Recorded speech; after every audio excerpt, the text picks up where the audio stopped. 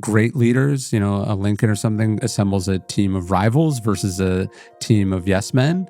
You think you want freedom of movement and supporters and advocates, but actually what you need is to be challenged.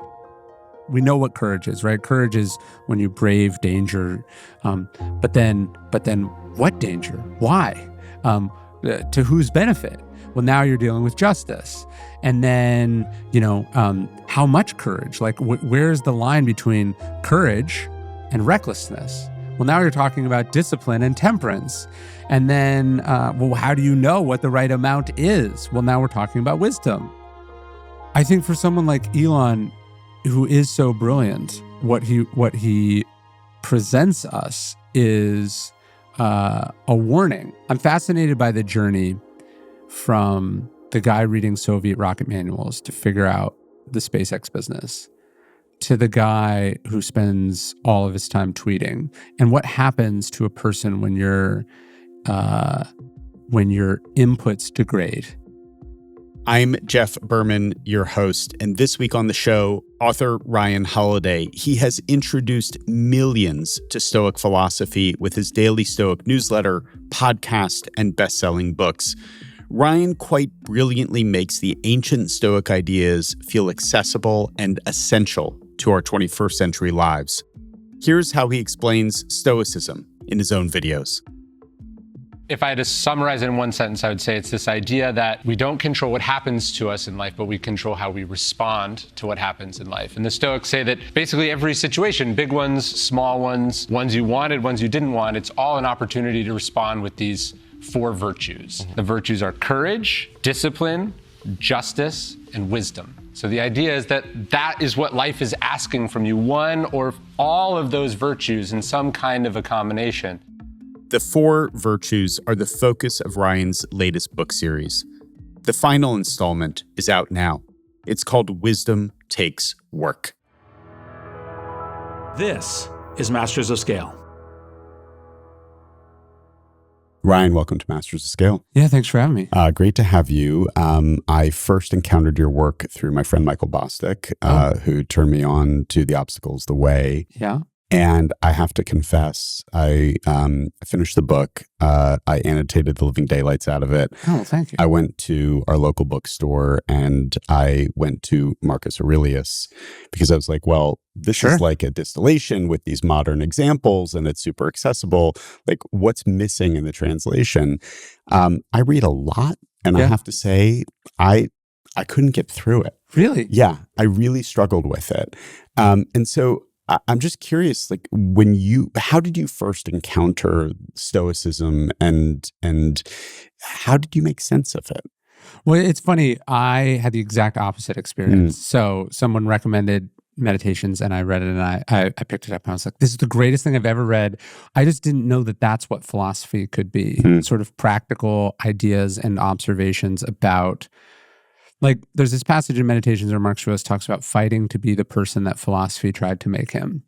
And I don't know if I ever thought philosophy was trying to make you anything except confused, and that's what it is for most people. It's just these kind of esoteric questions or riddles or, in a way it's like asking, it's probing so deep that you end up going nowhere. Like, you're like, wait, so everything's meaningless and nothing matters?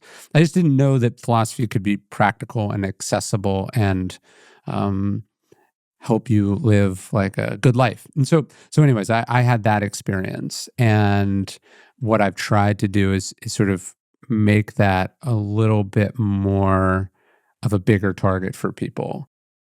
Ryan discovered the book Meditations by Marcus Aurelius when he was an undergraduate and became obsessed with living by Stoic principles.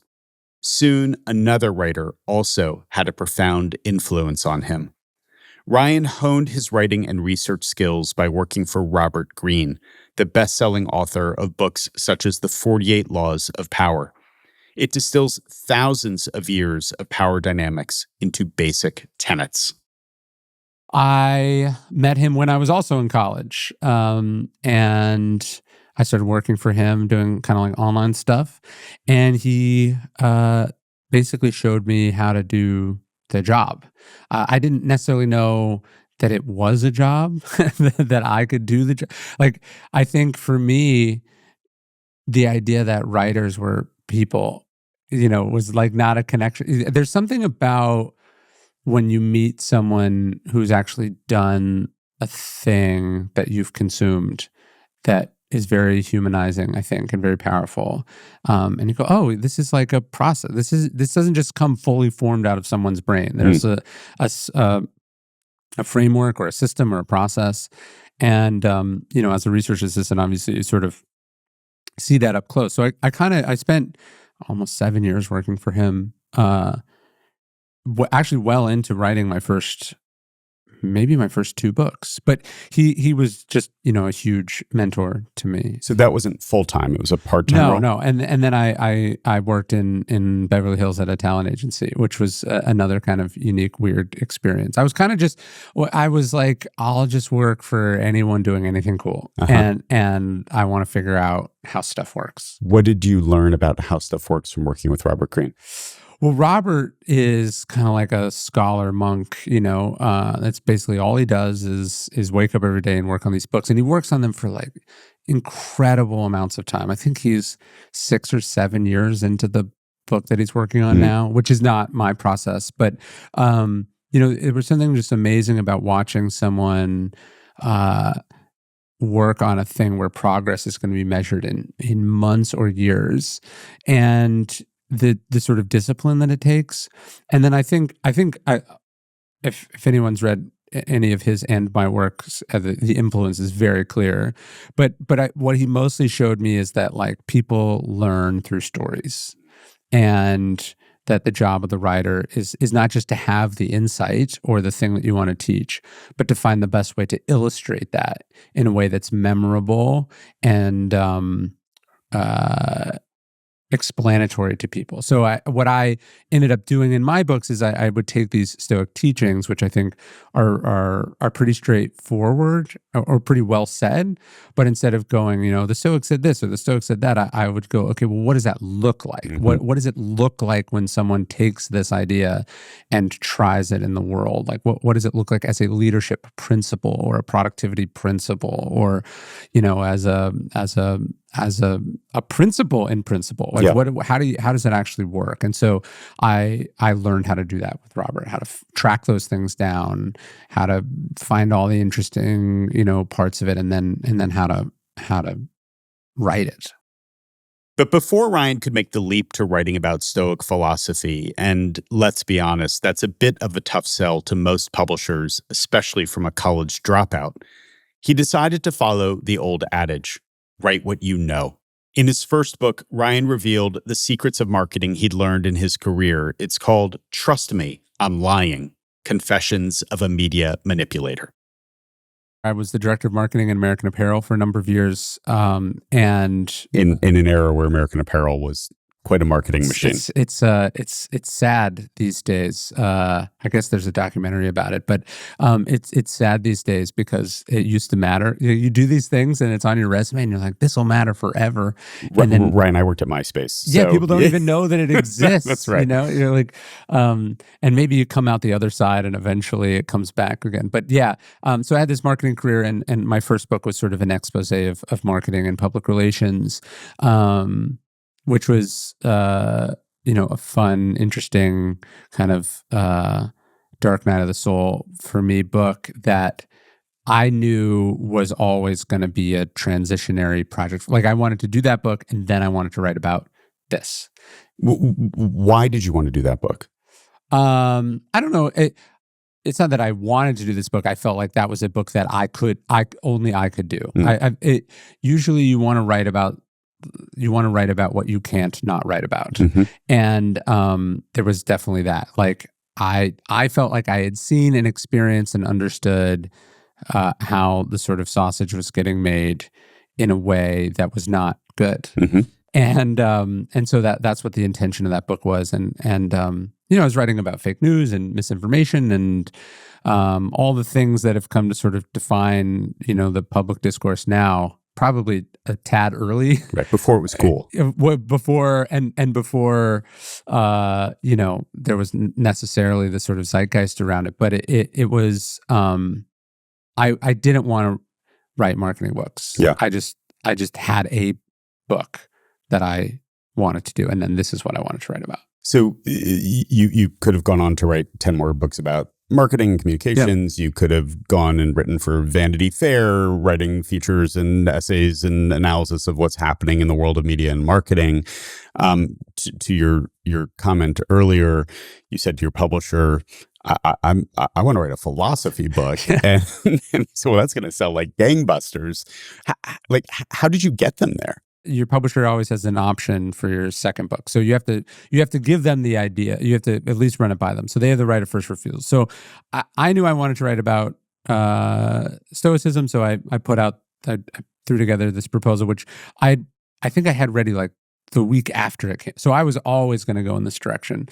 And they told me later that they were just hoping, they said we were hoping that you would just get this thing out of your system and then go back to doing marketing books. But I took like a huge pay cut, like 50+%, between Trust Me I'm Lying and what became The Obstacle Is the Way. Because I mean, it wasn't so much they were like, it's gonna fail. Mm-hmm. It just seemed like there was a pretty low ceiling on it. And I mean, obviously I thought there was a pretty low ceiling or I wouldn't have accepted the offer. Right. It wasn't like I thought it was. I certainly, and I try to, it's always important that you're clear about the story you're telling yourself, because you can end up telling yourself a story that endows your past self with a prescience that you didn't have. I was just wanted to write this book, and the advance they offered was more than $1. I was like, "Are you kidding? This is amazing. This is what I want to do." And I didn't have all these other books in mind. This was just what I was interested in and what I thought would work. And I was directionally right, but pretty open-ended with my expectations for how it would do. So at this point in your journey, how had you personally implemented Stoic philosophy into your day, into your process, in the lead up to The Obstacle Is the Way? Well, I certainly thought I was applying it. My wife would probably have disagreed. You look back on your younger self and you're like, what was I thinking? So I was an ambitious, driven, intense, person in my mid-20s. So my understanding of the Stoicism that I was applying was although it was, I thought I was doing it, I was, barely even in the ballpark. But I think most people, when they come to Stoic philosophy, especially if they're in a position remotely similar to mine, which is, a young guy trying to make their way in the world, you're probably going to be interested in the sort of emotional regulation, in the productivity, the toughness, the resilience, that kind of thing. And that was what I was mostly taking out of Stoicism. It as a sort of an ethical-based philosophy designed around virtue and public service, was obviously not the most salient parts of the package. That's something I think that developed over time, not just in the philosophy itself, but I think it sort of slowly, steadily dawns on you. And do you think that is age maturation experience? Do you think that is going through the process of studying and writing, collecting these stories and writing it? Like what has helped with that? I think it's all of that, and I also think there's kind of a hierarchy of needs. It's like, hey, when you get some of the basic stuff right, and then you're even in a position where your decisions matter or have impact, then you're like, oh, wait, let me think about these other components too. But I think, at 19, when I'm reading Marcus Aurelius in my college apartment, I'm not lit up by the passages about, the common good. I'm like, oh yeah, you gotta wake up early. You gotta shrug this criticism off. I don't like look back on that with embarrassment or cringe. I just think that's probably the most accessible entry point, and that's the most straightforward of it. And so I understand this even now. It's like, look, am I going to make a YouTube video about, Stoicism and, its strong social justice components. I mean, I am, because that's interesting to me, but I understand that when I make one that's like 10 Stoic strategies for, owning the day, that's going to reach more people, and that you can't talk to them about the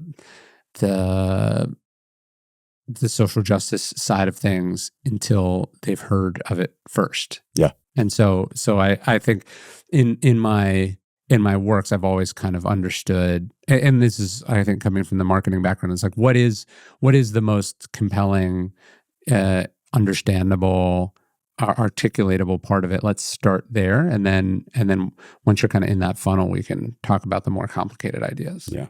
So what happens when the obstacle's the way it comes out? Again, it's really important that you think about the story you're telling yourself, because, it's sold millions of copies and is in all these different languages and has made its way through professional sports and special forces and tech and politics. But like the first week it came out, it sold, I don't know, 3,000 copies. Like, it didn't hit a bestseller list. It didn't fail, but it, and got some media coverage, but it was definitely a slow build. I remember about a year in, was like some of the first serious media coverage. Maybe a year and a half in, the New England Patriots had won the Super Bowl, and some of the members of the team had read it, so there was some media coverage, and like it sold out. And it sold out not so much because it was like media coverage everywhere, but because they weren't printing that many copies, right, because it was like a year-old book that had done okay. And so it was a slow, it sold more copies every year for like 10 years in a row. Do you know what happened with the Patriots? Did like Tom Brady or Bill Belichick read it and pass it around? Did the Crafts like give copies to all the players? Like what happened? I know Mike Lombardi, who was in the front office there, he read it, and then he sent me an email, and I sent him a bunch more copies, and then he passed it around, and then their season kind of turned around, and they won the Super Bowl. I think those are unrelated variables. But causation, correlation. Yeah, who's to say? It definitely was. When Sports Illustrated wrote about it, I'm not going to disagree. But he was one of the first people in professional sports. There's a guy named Andy McKay, who's a performance coach. I think he was then with the Mariners. That was one. There was just a smattering of different people in different fields that kind of picked it up, and then each one caused like a kind of a little contagion in their own space. Yeah. I mean, the funny thing about Mike Lombardi, so Mike Lombardi passed it around the Patriots, and then I found out about this from a Google alert. He's the one that gave it to the Seahawks after they beat them in the Super Bowl. And so then it's a West Coast book, and it's just kind of going around. That just happened, and that happened for slowly and steadily over many years. And it would be like, ESPN would be profiling someone and be like, on the shelf in their office is this, and it was this kind of like little secret weapon kind of a thing. And then I started giving talks, and it kind of picked up from there. But it was there was never any moment where it was. I mean, it didn't hit a bestseller list until 2019. So we just talk about scaling the impact of your work. Yeah. Because again, like there are a lot of, use the word broadly, creators who could keep, putting out a book every couple of years and build and build and build. And, that's sufficient, get paid very well to go do talks. You've scaled across platforms here. So at what point did you see that there was an opportunity to scale the reach and impact of your work beyond the books? So this is right around the time that I wrote Daily Stoic. So, I'd always written online and always had an online audience. But I found it to be very hard to build an audience around just me as a person. And so when and it was actually my agent who had the idea for the Daily Stoic, the idea of being like a page a day sort of entry point into Stoicism. Like I was familiar with the sort of page a day books, and I known a couple of them had done well. Like he had published the Daily Drucker when he was an editor at HarperCollins. But what I immediately recognized about the idea of a page a day book was what happens when you get to the end of the book, and could you just keep that going as an email every day? And so, and that had kind of been the solution to my problem of like, how do you kind of keep this conversation going? And so the Daily Stoic, which we launched in 2016, was the idea that like Stoicism is this thing that you should be reading and engaging with. So it started as an email list, and I'd already had an email list, so we were able to, sort of drive some people. But I think it started at, with maybe 10,000 people in 2016, and now, we'll go into 2026 with easily a million people getting it every day. And from the email, was like, okay, we started hearing from people, and they were like, well, I just don't like reading this every day. Can I listen to it? And then I started doing the audio, and that became the podcast. And then social media. The idea being that like my preferred medium to learn about things is books. That's what I like to do. Yeah. But that I'm probably in the minority. So 2019, I had this idea to do a series on the Stoic virtues. So I did courage, then discipline, then justice, and then the fourth and final one is wisdom. So it's interesting. I'd never done. I try to every project I try to take on. I want it to be like challenging in some way, and so I'd never done any books that were related to the other books. So I had this idea of doing a series, which seemed exciting and interesting to me, and it's been interesting because Zeno, who's the founder of Stoicism, would talk about how the virtues are distinct yet inseparable from each other.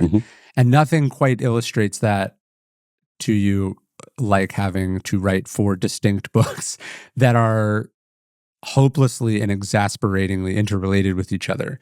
So it's been this kind of interesting challenge. It's like you're writing courage and all you're thinking about is this first book. And then you realize, shit, I locked in a story that I would like to be in the third book in the series, which I hadn't even conceptualized yet. Interesting. So you hadn't mapped out, here are the 4 books, here's how I'm going to structure this, here we're going to pull them apart and tie them together. I did. I mean, I did as much as I was able to, but at the same, like obviously I knew what the 4 books would be, and I knew what order they would go in, and I knew vaguely, what each of them was. But it's not until you're writing the first one and then sitting down to write, because you're not writing all 4 of them at the same time. Then you write, then at some point you're on the third one and you go, what would go perfectly right here? That thing on page 26 of the first book, which is now permanently stuck there. That's the point, is that, okay, courage is, we know what courage is, right? Courage is when you brave danger. But then what danger? Why? To whose benefit? Well, now you're dealing with justice. And then, how much courage? Like, where's the line between courage and recklessness? Well, now you're talking about discipline and temperance. And then, how do you know what the right amount is? Well, now we're talking about wisdom, right? Or how do you know what is good and bad, right and wrong? Now we're talking about wisdom. So all the virtues are kind of fascinatingly interwoven with each other. So the wisdom book is the final one. And what I've been saying is like, no one's born with wisdom, but all the virtues are born from it. Like it's the one that defines the other virtues. So it's been this crazy project, which I am very glad to be finally on the other end of. When you launch a book like this into the world, what is success for you? I remember on my first book, success was like, well, it's funny how quickly, like, it goes from a dream, like I want to work for myself, or I want to like write a book, and then you're like, I want it to sell for $1 billion, right? Like all you wanted was to not have a job, and now you're comparing yourself to the most successful people of all time. All I wanted to do was write a book, and then it immediately became, but if it doesn't hit a bestseller list, like, what was the point? And so I think I was mostly concerned on my first book was, how does it sell? Does it hit the list? What are people saying about it? And with the irony being that those three things are like the opposite of Stoic philosophy, because not a single one of them is in your control. You talk about Elon here. A little bit. Why Elon in a book about wisdom? Well, Elon is one of the smartest people on the planet, right? It's like to say that Elon Musk is not smart, which some people have started to say. It's like saying he's not rich. Like, it's just, it's a fact, you know? Yeah. He is a genius in many, many ways. He is also, I think, a great example of how a very smart person can break their brain. I think for someone like Elon, who is so brilliant, what he presents us is a warning about what happens. Like, to me, he strikes me as I'm fascinated by the journey from the guy reading Soviet rocket manuals to figure out the SpaceX business to the guy who spends all of his time tweeting, and what happens to a person when your inputs degrade, and also what happens to a person when they start to believe that they are a genius. It's not good. It's not good for you or other people. And so, he's a man who has stood over the world like a colossus, and I think it behooves us to look at both the laudatory things that you can take from it, but then not to shy away from what are the obvious flaws. And I saw this at American Apparel too, Dove being a sort of equally controversial genius.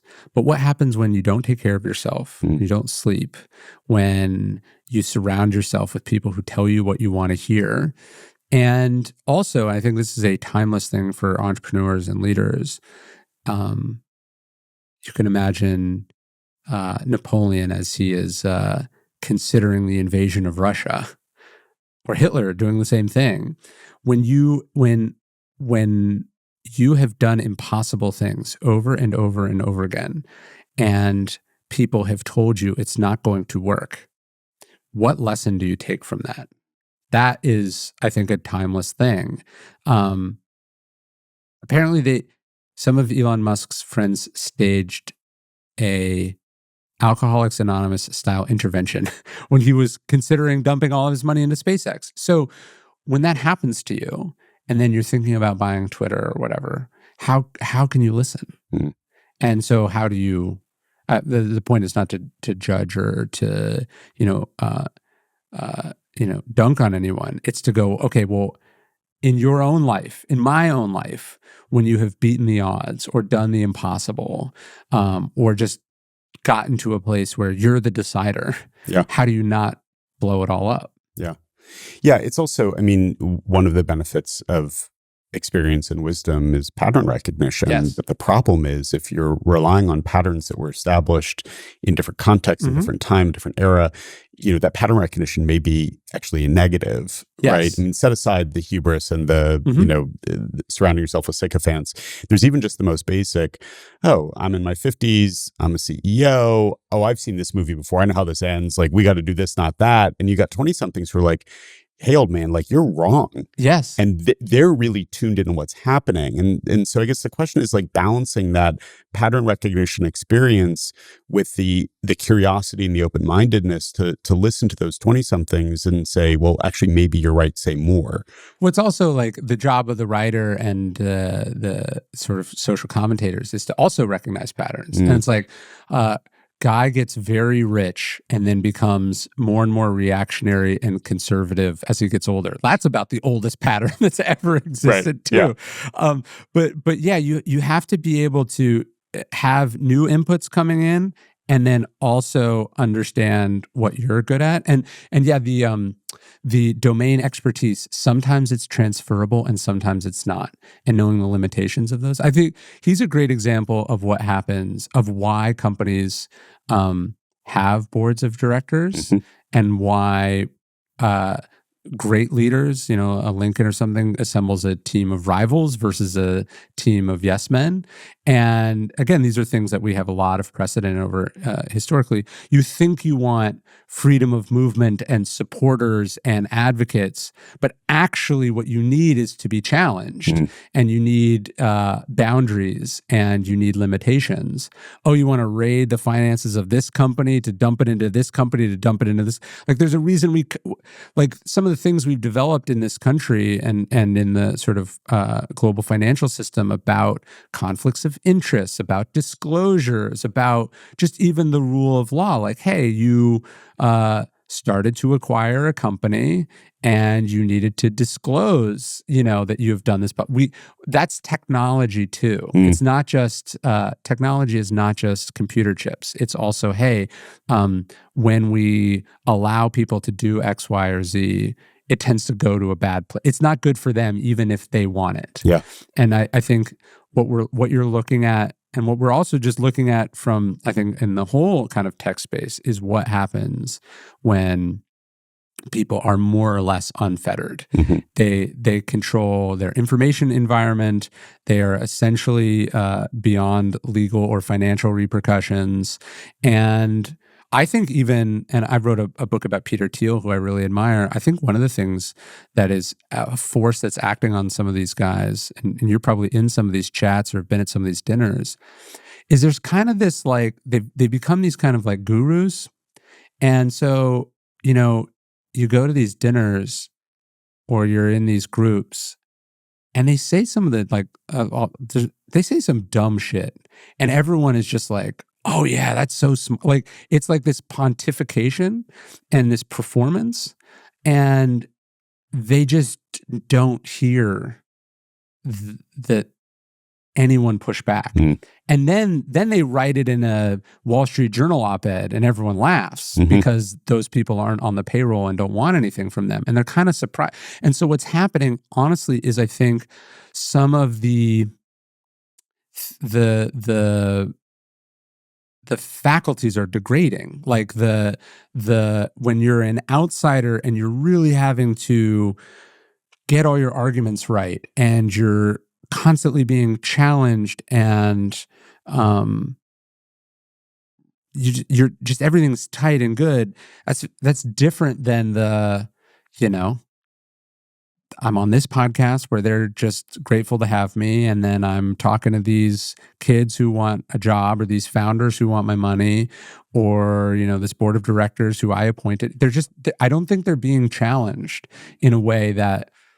One of my favorite stories in the book, there's this famous meeting that Martin Luther King is having, and at the end of it, he pulls Andrew Young aside, who was one of his most trusted advisors, and he goes, "Dude, what?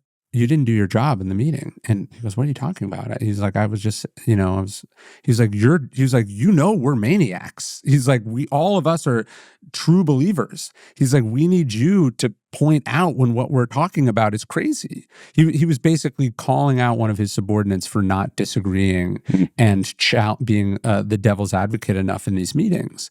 And you go, "Oh yeah, that's how you don't, like, plunge off of a cliff. You don't pick the wrong confrontation or give the wrong speech." And if you're not cultivating that in your life, I think you get sloppy and entitled. How do you cultivate that in your life? Well, I try not to spend a lot of time around people who, like, do what I do, or I try to spend a lot of time around like regular people living a regular life, where your sort of advantages aren't baked in, and I think my wife holds me pretty accountable, and so do my kids. But I think you can get, even, I don't know if you notice this too, like, podcasting as a medium is very enticing for, like, sloppy thinking also, because it's not like being grilled by a journalist, for the most part. Like, it's mostly non-adversarial, and same with most public speaking. Like, you were invited, they want you there. And so how do you make sure that you're how do you make sure that you're not hearing what you want to hear? And that's, I mean, as a challenge I think about. Yeah. But what you have to be careful of is that you don't just kind of fall in love with the sound of your own voice. Yeah. I mean, it's interesting, the note about podcasting, and I can certainly see that. One of the privileges of getting to do this show is, like, I get to sit with smart, interesting people who've done incredible things, but it's not hagiography. It's not, like, Sure. And people have really done the work. They can really explain how they did it. Yeah. And the ones who haven't kind of can't. Yeah. And you know pretty quickly what you're sitting with. Sure. And, disproportionately we get to sit with those who have and are. Yeah. But I take the point. I can see how it becomes self-reinforcing. Well, it's like, it's not good to sit and just talk into a microphone like 3 hours a day, every day of the week. I think it can melt your brain. Just like it's not good to tweet all day, and it's not good to, how is it staying difficult? I think you got to go. One of the things I like about writing is that it is really fucking hard. And it doesn't matter how long you've done it or how well you have done it. You're starting fresh each time. And so that's one of the ways that I do it. Like it would be easier for me to just do this stuff and to not do the main thing, which is hard. And I've found a lot of my peers, like, they're just like, I don't think I'm ever going to do another book. Because it's like, why would you do it? You made, life-changing money. Why would you go do the least hard? It's like, athletes love playing, and then they also look forward to the day of not having to play. But I do try to stay in the craft of the thing, because I think it's good that it's kicking your ass constantly. Yeah. Let me close by asking you, if it's not a book of yours and it's not a book by one of the Stoics, what's the book that we should all go read? Ooh, that we should all go read?